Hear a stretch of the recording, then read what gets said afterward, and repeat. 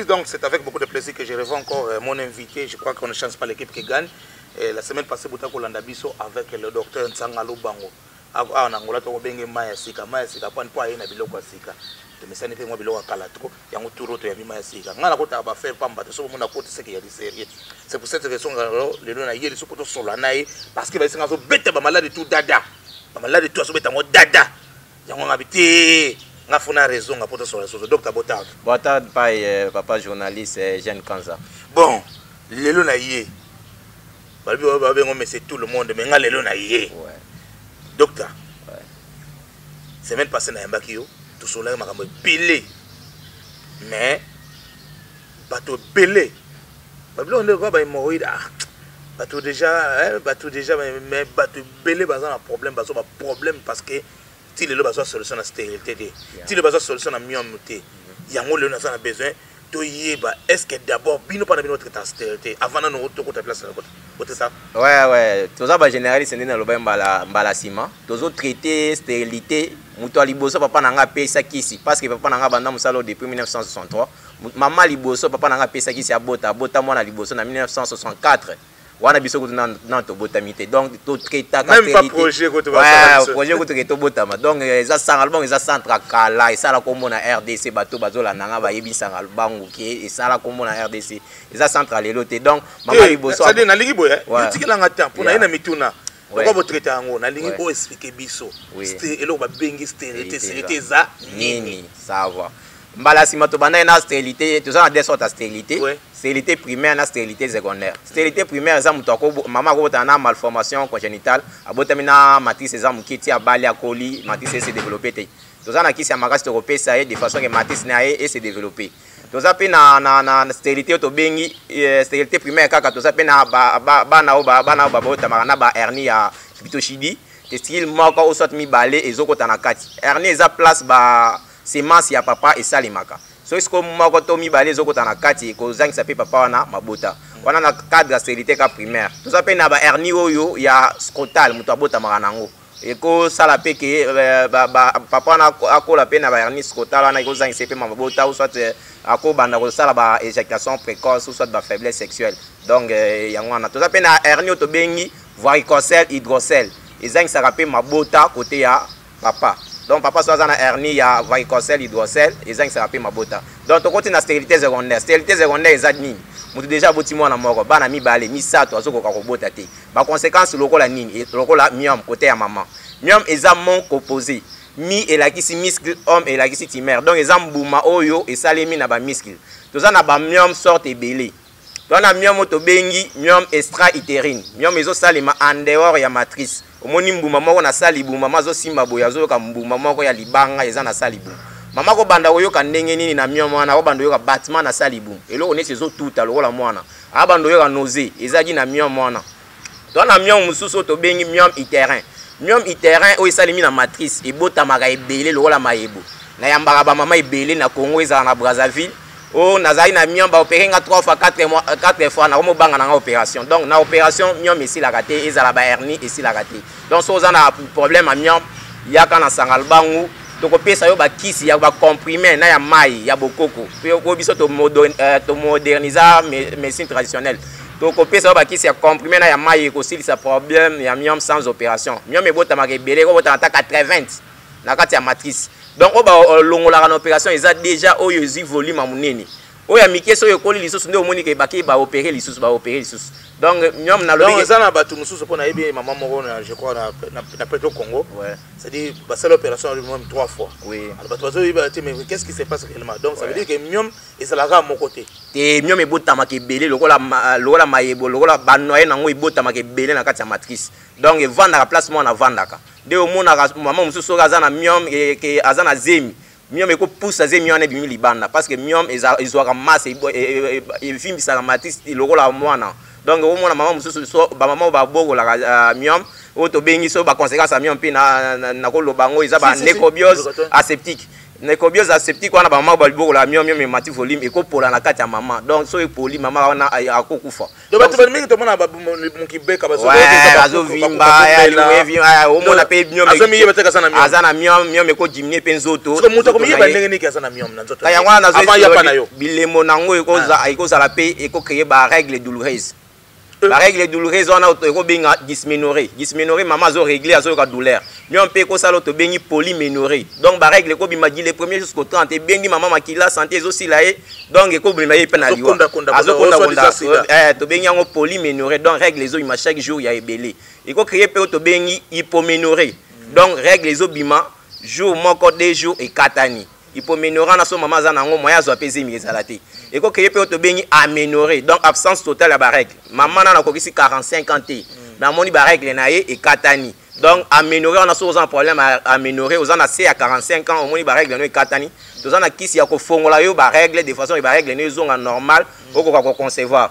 Eko créer pe to bengi nini eko créer pe to bengi ba aménorrhée ba hyperménorrhée ba règle les obima 3 jours 4 jours normal mais les obima belé ya bambouma mbouma là ba kelo sanguin donc so za ba problème on soit miom eko créer to bengi miom accoucher to bengi insta tout na chendi eza miom oyo sali magana kati ya nzoto ya mama na kati ya nzoto ya mama azomona na kati ya nzoto ya mama azomona mbuma moko eza wana to bengi insta tout na chendi so za na miom wana oleki pe na sangal bango te mbuma mwa munene na kati ya nzoto ya mama azo sentir yango eko créer pe to bengi rectoversion utérine.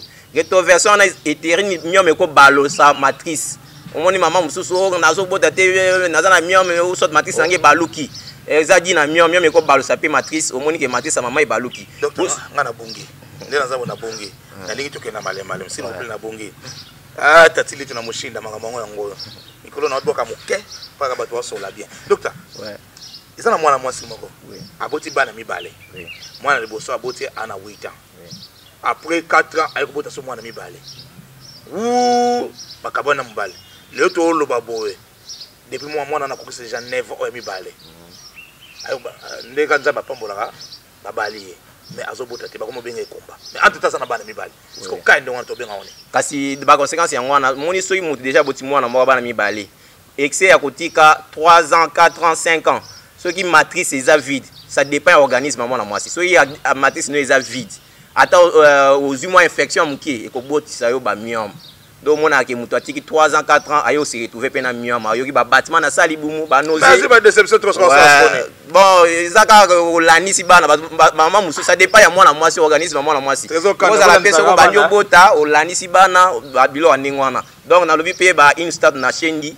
Donc ba miom soki komi ba complication miom lokola ba nécrobiose aseptique soki miom eko pour la maman na libumu soki ozana kawana oleki na sangal bango ki ezali sans opération miom pe eko sala ke pousse sa matrice libanda to traiter pe ba kawana omoni maman boye matrice ne bimi libanda na nzoto na ye amoni maman boye matrice et bimi libanda to bengi prolapsus utérin donc matrice bimi libanda donc ba kawana pe de to traiter donc soza ba ka ya miom kyste pe tozana kyste to bengi fonctionnel na kyste organique kyste fonctionnel ici là sans problème mais organique ni zo masse autour ya ovaire eko sala na ovaire gauche ou soit ovaire droit maman ko banda yoka ba douleur ba ventre côté gauche ou soit côté droit ou soit azo ko yoka crampe na likolo à gauche ou soit ya droite donc so aza na kyste toza na kyste ya makasi to pesa pe ya kyste maman ko yoka malamu na ba règle pe douloureuse ba dysménorrhée quand na même makambo oto le ba kyste ovaire na ebinde ko moko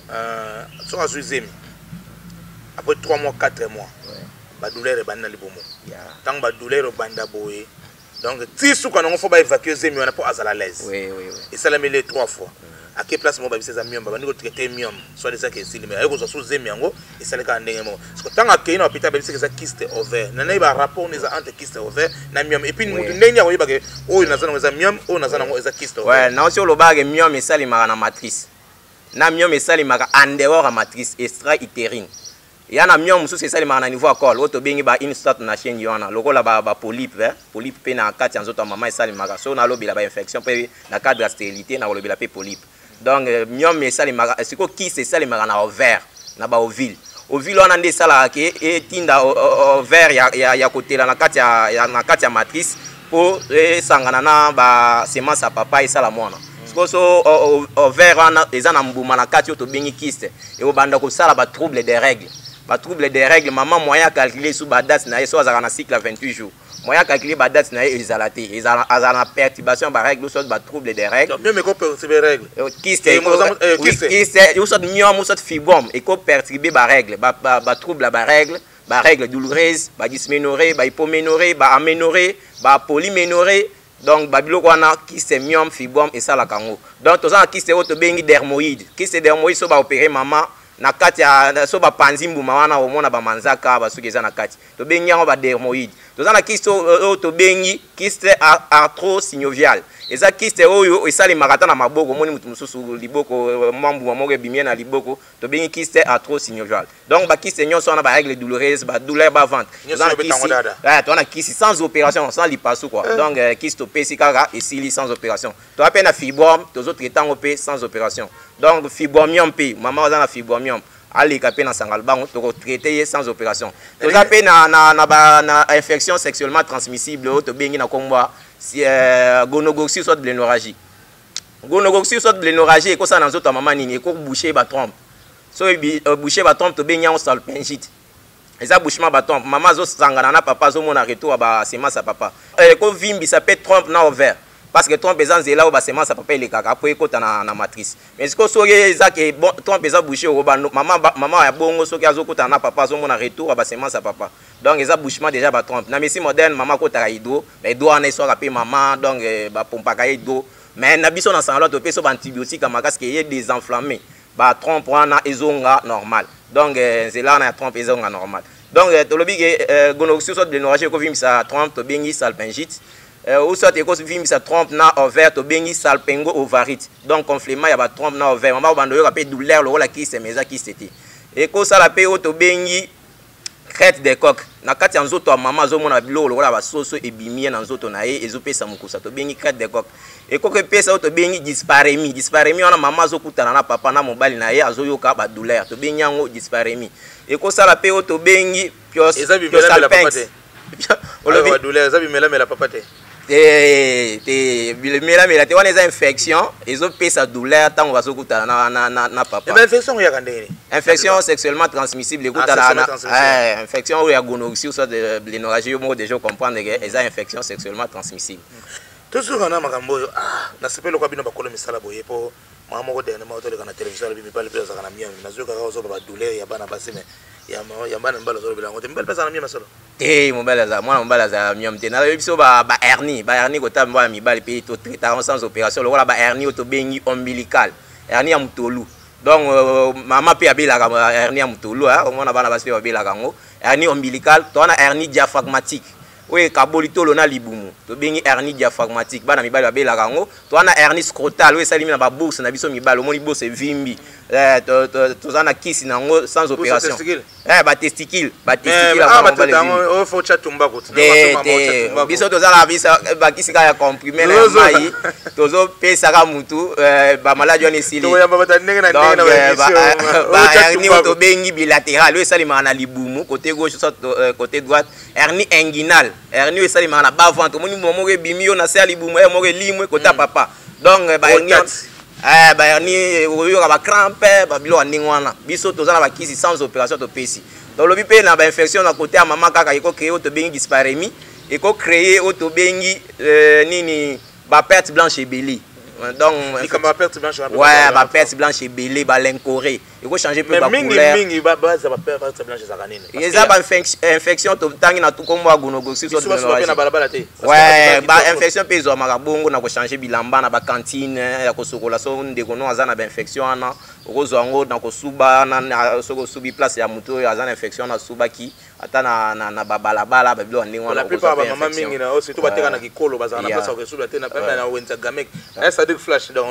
donc ekocreye balincoré wana baperte blanche ebele ya koma basolo sedi na bapiosalpinx omona tofina ezokita na nzoto ya mama ezali na bainfection wana nalobi mpe badysparémie badouleur baventre ekobouche batrompe retour semence mama ya bongo soki aza na infection ya bongo ebouche batrompe moya azwa zemi eza te nalobi tikela mpe mwa temps mpona bato mpe bayoki yo mingi na comprendre mpo songa na comprendre bato bacomprendre moi si à se rendre compte que a commis vie à perte c'est ils en niveau liboso ils en niveau sima et puis comme mutaba gaz flactus pamba ce qu'on a biloko nyoso to lobela na yé moko ti azoya aya ami bimisaka ke no ngana zo mona boye po yo oyeba ni zo déranger be karma po na ye po ba yebisa seka kuta ke na ba yebisa za hémorroïde on a pas biloko zo lobela na ba infection na ba biloko zo lobela bani na ba myomba tout ça na yebite mutande ngwana ami akomi tchan mbala mutu malade ni mtete déranger ouais eza myom eza nini hémorroïde ça la bongo et myom pe finaganise et priya pe hémorroïde myom mwana priya bo emoso de Jésus masse babota mwana moko ti lelo bota ouais myom so Jésus masse et finaganise ndangwana mona ata mama so auti obota mama mususu babila hémorroïde moni mbala moko aboti na musoma mbala moko ebimi donc ezalaka matrice na anis ezalaka pembeni. Donc ceux qui maman azana na myom akobela hémorroïde facilement et ko fongolé pe liboso et ko fongolé pe na sima au mona simi ko polele ba gaz trop to bengi aérophagie ça trop de gaz aérophagie na sama kolo moto mo Congo pasi ba fatigue générale ba frigidité azo ka supo sa papate ezadi na ba hémorroïde wana qui c'est ça na promotion biso na nous na sangalement so yé liboso oko salisa examen général biso to retourne na yo maladie biso toza ba inventaire papa nanga inventé examen soi o azui la médaille d'or ya ompi na diplôme d'or ya ompi depuis 1990 azui médaille d'or ya ompi na diplôme d'or ya ompi depuis 1990 donc 90 nde babinga na Brazzaville toza médaille d'or mondela ndima pesa médaille d'or ya ompi na diplôme d'or ya ompi we la kisi organisation mondiale de la propriété intellectuelle na RDC eza na Afrika muto azo yango azate ezaka biso mundele kuta koka osala examen so ite papa nanga asali a inventé examen so na bakisi ya comprimé na bakisi ya mai bana vinduk bientôt là je suis là donc dans plus ou moins une semaine tokozabino parce que le premier événement monene zakuna le 1er septembre oyo événement za merci parce que Serge Digital ou accepter que jeune candidat pour la couverture médiatique donc pour vous dire que nous sommes international mais tous attendons à le belangote donc tous allez dire merci à toi Florent Massamba Kiodo parce que oko coach pe na musika nikono na kubaka tatili toi papi tout samba tout ça awa bana lubangu ba produire ça awa donc les amba bantima le premier ministre lubangu et ça fait bientôt beta moi tourna docteur Abison Tsanga lubangu parce que c'est international délégué vous êtes belé staff ki bokolo na nito comprendre soyi na nga moko ouais ngai moko kanza jeune na bisi soyi na nga moko après na pesi yo pour ça na ngoni pour la c'est là un examen pour ça na ngona ndenge personne na comprendre toza na appareil na biso oyo ba inventa ki pa papa nanga o ba pesi la médaille d'or ya ompi monde mobimba ba reconnaître que yé muto asali a inventé examen soyi ba pesi na ba kisi na ye ba pesa ye médaille d'or ya ompi na oso expliquer que ompi ya na traduit moko te azalaka na ngona Afrique siko tangu na kozo soyi ouais ndeti nga bon bato ba olanda biso muto so pe ya mimona ke no azane maladie mais or en réalité peut-être maladie mo batana akoya na yepeka indi baka posa ça examiner ka soyi oui atelo mo so déranger te appareil like ça examen général na zela soyi appareil ko like ça donc to mona ba maladie nyonso biso toza ba généraliste ba asthme ata muto azana kosuko so paiement so azana kosuko so paiement to kopeseka ba kisi ici là ba bronchite ba pneumonie ba stérilité pe kota mwana mobali to bengi ba azospermie mais biso ça so makambo ya ba stérilité wana ezaka fo soit vos tests sur spermogramme non oui test spermogramme pe na examen so oui na examen so pe bimaka il faut ça c'est examen ouais examen so pe bima azospermie oligospermie donc asténospermie donc azospermie est absence totale il y a ba semence na kati ya ba sperme donc au mona ke mutu azomona ba semence na ekomi léger to bengi azospermie donc aza sous na ba tétarte na kati ya ba nyoso na soika ouais da tétarte na kati ya ba sperme na to bengi azospermie oligospermie eza ba semence ezo bima muki ba sténospermie on a so mutu aza nango aleki na sangalbang ba problème il y a prostatite donc inflammation à prostate so mutu aza na adénocarcinome de la prostate aleki pe na sangalbang nini olobi adénocarcinome de la prostate yo yebi yango te yo na divite ko yebi yango donc eza nini adénocarcinome de la prostate adénocarcinome de la prostate so mutu aza nango ata azosuba deja na sonde biso tokopesa ekisi akolongola sonde akosuba normal ba cancer ba hépatite ba hémorroïde ba tokotana na likambo pe déranger bato na kati ya Angola parce que merci ami fidèles téléspectateurs ba biso tosala ngo pamba te je crois que Tsangalo Bango ko longwate azui visa na ayeka na kati ya Luanda pour kaka aya kaka to sala ba avancer na plateau oyo ce qui est ezali par rapport ya demande na bino parce qu'il y a des gens bazana ba problème bozo ba problème est belé parce qu'on vous a escroqué. Moi j'appelle ça de l'escroquerie. Au moins mutu ma uti na Congo ye ateka kisi moko $100 $200 pour na sokola soki mutu elongi soki pour na sokola mutu makolo mais ba tozo na solution te. Alors biso ti tozo ya mbato yebi que solution ezali ndeko papa ndeko maman kozelaka ati ko za malade bongo ya ça examen. Moi je crois que c'est vraiment l'opportunité, profiter de cette opportunité, profiter de cette occasion. Yaka na bana na yo bosala examen so iboyi basoki ni ne dérangeara parce que tout le monde avait bana mususu musuko kota toilette pamba obi lo dérangeara été. Je crois que c'est vraiment l'opportunité moi en tant que journaliste en tant que jeune kanza les jeunes azole kanga mona ça va examen so HLP face à sa porte de l'autre comprendre des raison il faut boyi ça va tenir surtout staff ne so ba Mustafa ne surtout il faut le kabo ça va examen à travers soi. Donc merci à yo docteur et ça va bien. Tout zona nous malade dérangeara tout na Angola ezama kama mino. Ouais. Kambo ya mino oyo bino possible na bino mino bosala ngo pona mino na lobaki ba produit eza na promotion nde to tournaki émission dernièrement na lobaki ba produit eza l'examen soyi bo banga na bino te examen ya soyi na tiango na promotion pona 1 mois et bandaki déjà le 6 août oyo ti le 6 septembre promotion ezo continuer na 3000 kwanza ya pamba fiche na examen général na kisi oyo ya mino pona muto aza na gingivoragie. Donc, on a mis nos makila, gingivoragie, mauvaise haleine, autobengi monoko solo, biloko autobengi, carré dentaire, mine kota, moi, nyamanakati, qui s'est en 3000 kwanza, boya boso mbango, bo profiter, na examen so épée 3000 kwanza, na fiche, na consultation, 3000 kwanza. Tu expliques bien. C'est-à-dire, 3000 au yenano, pour okutana docteur. Oui. Donc, au foot na réception, malamoko, ok, basalio examen. So, ce qui va saluer l'examen, à la monnaie des gars, mais nous allons les qui sont sous les par 1000, à 3000. Donc, tout se comprendre bien. Pour les attaquer, on ne va que 3000. Il faut nous pas au sommet, il faut enregistrer dans 4 centres. Donc, on a une fiche, on a un examen. Je crois que c'est très bien. Pour expliquer bien. Qui s'y a dentifrice, ils en ont 3000 kwanza. Qui s'y a hémorroïde, pour nous, Congo Passi. Côté ya papa, ou soit ya maman, Congo Passi, autobengi lombalgie, ou soit douleur lombaire. Donc, Congo Passi. Trop de gaz, auto lobeli qui est aérophagie. So mutazo sala trop de gaz, aérophagie. Boye boso miki si on a 3000 kwanza. Ou soit mutazo azoyoka mukusa na niveau anis. Auto bengi plérite anal ou soit eczéma anal. Aya so miki si yo ekosali saye ekosisa problème wana ya mukusa na niveau anis. Ou soit mutazo azo sala sel azo mona na makila. Donc aya osomba suppositoire en sangalbango ezaki si akobaka. Ils appellent à 3000 kwanza, donc muto azo ka mukusa na niveau anis ou soit bazo sala sel à mona makila. Donc rectoragie. Muto azo sala sel azo mona makila to bengi rectoragie. Donc muto bongo soka ye akozwa kisi na ye na 3000 kwanza. To zape na pommade.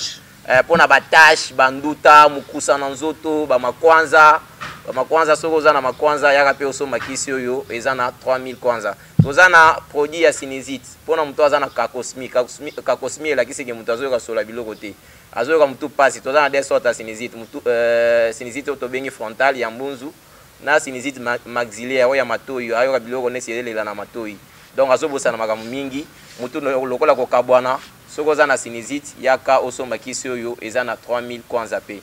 Donc, bakisi ya sangalbango yango wana tozo traiter pe ba diabète toza na des sortes de diabète to bengi juvénile na diabète mûr. Diabète juvénile eza diabète oyo muto abotamaka nango to bengi diabète héréditaire. To na diabète mûr déjà oliaka biloko sukali so to mela biloko sukali okobela diabète to bengi mûr. Toza pe to traiter pe diabète nini to bengi hypertension soit hypotension. So za na hyper soit hypotension les cas na sangalbango ozana banyama libumu amibe ascaris ozoyoka libumu kosoa ba dysenterie amibienne yaka na sangalbango kisi ezali ozana problème ba filaire to ba sorte ba filaire ebelo to bengi ba filaire loise ba filaire a moi na ba filaire oyo to bengi ba cofectose eza ba filaire ya butu muto akolamuka na tongo mbebwe vimbi miso lokola ba betie aya na sangalbango kisi ya ba filaire ezali ba filaire eza ba sorte ebele ozana kisi oyo ya hépatite nde na uti oloba ba diabète ya ba cancer nyonso cancer eza na libele mama ko bando yoka mbuma moko na kati ya libele tumeur moko na kati ya libele cancer ya matrice mama banda ko mona ke déjà comme na tango ménopause mazo mona makila izobima ye ko si lycée pe makila e ko boma ye donc ba problème ya gastrite eza chaleur na niveau estomac rhumatisme mingai na nzoto ba crampe na boto na makolo ba genou passi to bengi myalgie donc ba genou ezo pesa ba douleur to bengi myalgie donc chaleur na sa makolo pe ba articulation passi to bengi arthralgie ou soit conflément ya articulation makolo evimi ou soit maboko evimi toza na massage azo se masser muto azo be la rhumatisme ezala papa ezala mama to na massage so za pe na problème à vision floue oza na cataracte na misu ya kosoma kisi ya kolir eza na 3000 kwanza ya pamba mutu passe ba vertige donc ba maladie nyonso sangal bango azana ba généraliste so oza na message ya kopesa ba patient nyonso parce que l'Angola a 18 provinces donc tu as 18 provinces na kati na Angola so que za na message na yo so bani ba retrouver facilement ba ko retrouver facilement ouais nako continuer pe na problème à faiblesse sexuelle pour na kisi de 3000 kwanza problème à faiblesse sexuelle papa aza na faiblesse sexuelle konda yanzo ta ki mobile mori de pesa kango donc au fond lanzo ta maman mori de pesa kango frigidité maman zo ka posa ya papa te ou soit manque de libido côté ya papa zo ka su posa maman te oyo somi kisi oyo eza na 3000 kwanza prix promotionnel ozo ka chaleur na sa makolo fatigue générale kotoka mingi faiblesse sexuelle côté papa éjaculation précoce ya kosoma kisi ya suppositoire eza na 3000 kwanza donc na lobby ke na bandeko nanga ba congolais na ba congolais zo bazolanda nga na minute oyo naza na kati ya Luanda na Palanka en face ya ba Rasta soko yo wana okomona nga moko naza na kati ya Luanda naza na bino awa na kati ya Luanda promotion izo continuer ko banda les 6 août ti les 6 septembre kisi nyonso ezoteka na examen ezoteka na 3000 kisi ona tangi awa ezaba kisi ya maladi mosusu te eza kisi ona tangi awa ya hémorroïde ya misu ya sinusite ya misu na ya dentifrice mukusa banduta ba makwanza na o ya minu ezoteka na 3000 kwanza prix promotionnel donc na pesi ba mote na ngana ongema nyota nani Eric Pacifique na pesi mote les sous c'est pas Freddy Kalala na pesi mote na ngai epa ya Dani Kule na pesi mote na ngai epa ya Junior Mbuyamba na pesi mbote na ngai epa José Mbuyamba donc ba masa na nga Facebook na pesi bino ba mbote donc nalinga bino mingi o likambo na poso yemta ina makamba poso producer producer nga na monesa kitoma ko mona boka kwekela yango o likambo so na mino yemta ina ngo c'est-à-dire que metso ba mai wana o suka na ngoto so mi yeba tsa so zani nango donc ça ne fait pour aujourd'hui talaka sko auti ma produit ngo ayena ngo ce ko beba ndese beba que déjà donc ça veut dire que o beba raté ils est solo tout ça c'est pour na lelo donc ça peut être docteur merci na yo to telema vraiment HDI oui donc trésor merci na yo tout ça c'est pour na mokola lelo donc ko yamba awa na cadre kitoko ya Pero la Negra merci au gérant c'est le merci donc Pero la Negra ça na kapolo et ça peut le côté yaka solola na yo ça peut ba édition après ça beau cadre kitoko mais solola kakande merci HDI oui mais na kotika bino boyete na kotika bino na image oyo ya ba saper image ya ba saper yango na kotika bino parce que ndeko na biso Déborah Kaviko journaliste oyo nzamba sali mikolo oyo na ko benye réserve de l'Éternel il a fallu gêner la pour côté dans la patience fait fayaenda ndé ba côté na réserve de l'Éternel donc akendaki ko solola na ba saper pour un album ya Nikes Bayaka Al-Qaïda ne tombera jamais équilibre ça nini ezali nde image ngana otikala bino mo bolanda yem ta kosisa makamne so pe basola kina HD mta accompagner ki pour na ngai to soki lelo na bi ko boko tuna ngama sola fabrication te na ko beta ngona te pour l'état sololité ba sololité na ko beta nga ngote.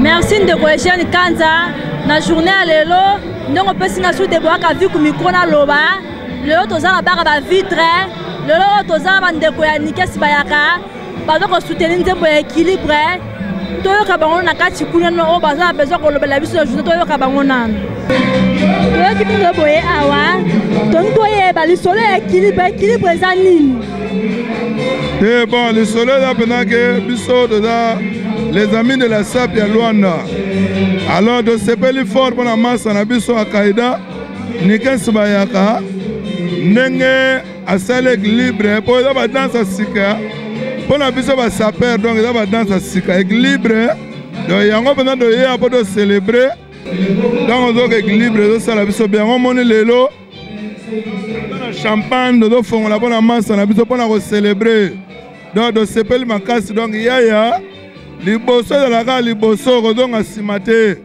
donc obinisi mokili mobimba équilibre toujours. Merci. Sikona biboye. Équilibre nikesi bayaka ponika équilibre papa équilibre la danse mosoko binango.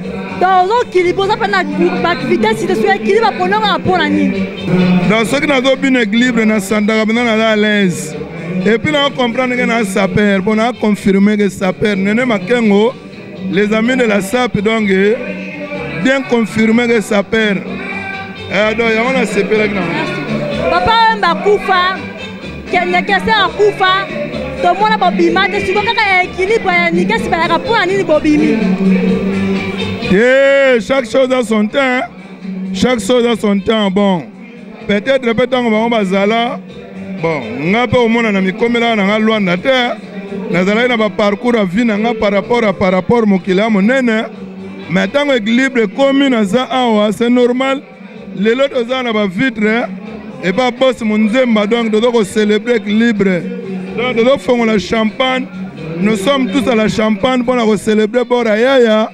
Et que ne liboso donc sous ces années nous n'avons pas moula et sous un équilibre et que ne tina maman mususu donc j'ai ça qui toko donc nikas bayaka vraiment bijou qui toko on est ça ana luanda apena ba saper ba bimarato ba musicien bimarato souvent c'est bino ko simba bon ça peut ma guerre mutu mususu ba saper mais alingane ko bimate pour balire baza ba saper baza mais bilame te comme chaque jour donc n'en a pas part qu'on lie da forme damas te comme chaque jour forme peu chaque jour comment va saper baza na luanda va saper baza belé peut-être balinga ko bimate peut-être balinga ko lobate ya merci siko ndenge ezana ba saper baza belé na luanda parce que si saper anini oyo ko pona ba saper so za luanda saper na lekine tibino oh ça pesa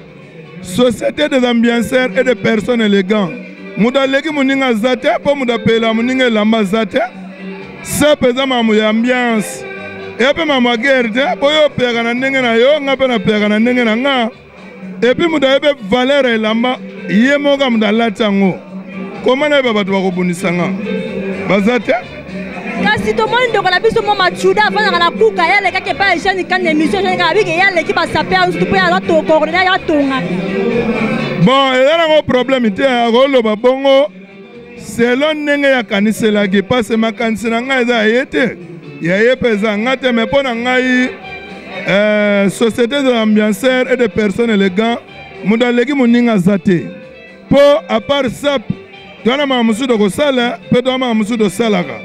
Donc, il y a ce que l'équipe a été belé, bon, ils ont erreur. Mouda l'équipe a tout ezaka liwa. Merci, si papa, moi de nous, on peut pas nani. Donc, moi de moi ça va moi bien quoi. Donc, ngane na za boye, bato ngana epike de kosala ngo bien-être nengo moni. Na za na vena nga mombile Jakarta. Na na vena nga Mogawa ambassadeur. Na na Pisha Dia Jinkanga, Zao Machuda. Pichu Tungisa, Bamasa Nangai, donc Mave Mavungu, unité centrale, Bambote Belé, et puis Epana Bino Mokonanu, Bato RTG, vraiment, félicitations Belé pour Tozana Bino. Bondimi Keboya Tozana Bino, donc, Batou de Barol, les Gabisso Zalola, Bino pour Lobeli Bisso pour Bamona Bisso. Oya Lobana Palin, Bamona Gate, donc, Tina Kwani, quoi, dans le côté. Tout le monde y a la barbe vite, l'autre soutenir qui est équilibré avec Sani.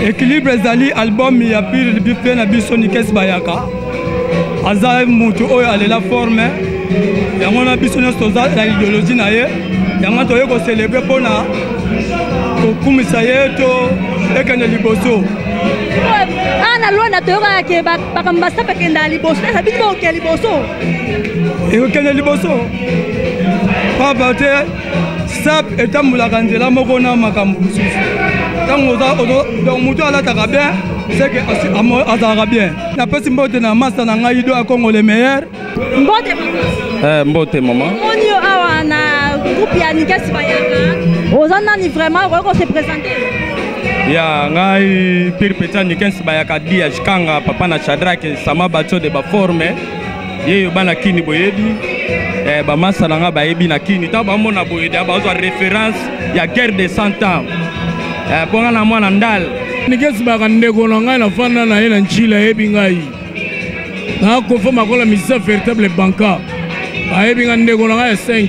Abona pesa mbote na americano ana Londres nikesi baka sali. O kofo makolo yebi ye. Oyebi bekolo bilengo na binisa bino. Na koyaka pe kuna na kobinisa ka pe ka bino. Pour moi na mai na biso ni 15. Ninga sala ki équilibre. Pourquoi te séparer na Luanda? Peut te séparer na ngo. Yango te ko rendre bonheur na biso pona équilibre. Mbote papa. Ah mbote maman. To monio le na coupe équilibre. To nto yeba soza na. Bon, comme on a mon mbili Jakarta. Madjata, je tape à gauche à droite. Donc nazali awa na ko sepela makasi. Ndeko nanga ni 15 bayaka. Nalandaki l'émission, nalandi ba clip. Et ça l'a bien, yango nga pe na yo kozong sa ba mbote belé pona ye. Comme naza moga ofangantama ambassadeur. Naza papa Fidenze, Godfather okuba papa conseiller ya bakaida. Balaki papa fozala popia so ba conseil, yango na parti na mouvement. Siko donc tolo baka ma question to retourna, siko ndenge ça na équilibre. Bon Dieu biso équilibre, c'est équilibre ko kasu makambude. Équilibre ndenge za wana ni yemoko nikesi ba kaza na mikela zo eba. Bango tu baza ba yema ndenge zo kende za lango pepele. Équilibre za te mangamo zo kokate. Équilibre maza tu équilibre po ba mata. Bongo ba tsa balance. Ngana Nickel Ngoma Nelmar de la SAP. Ya, Sadi Maramboyo eleki bilanga na pasi. Maramboyo eleki bilanga na pasi. Naza penawa. Donc, toujours défendre la idéologie.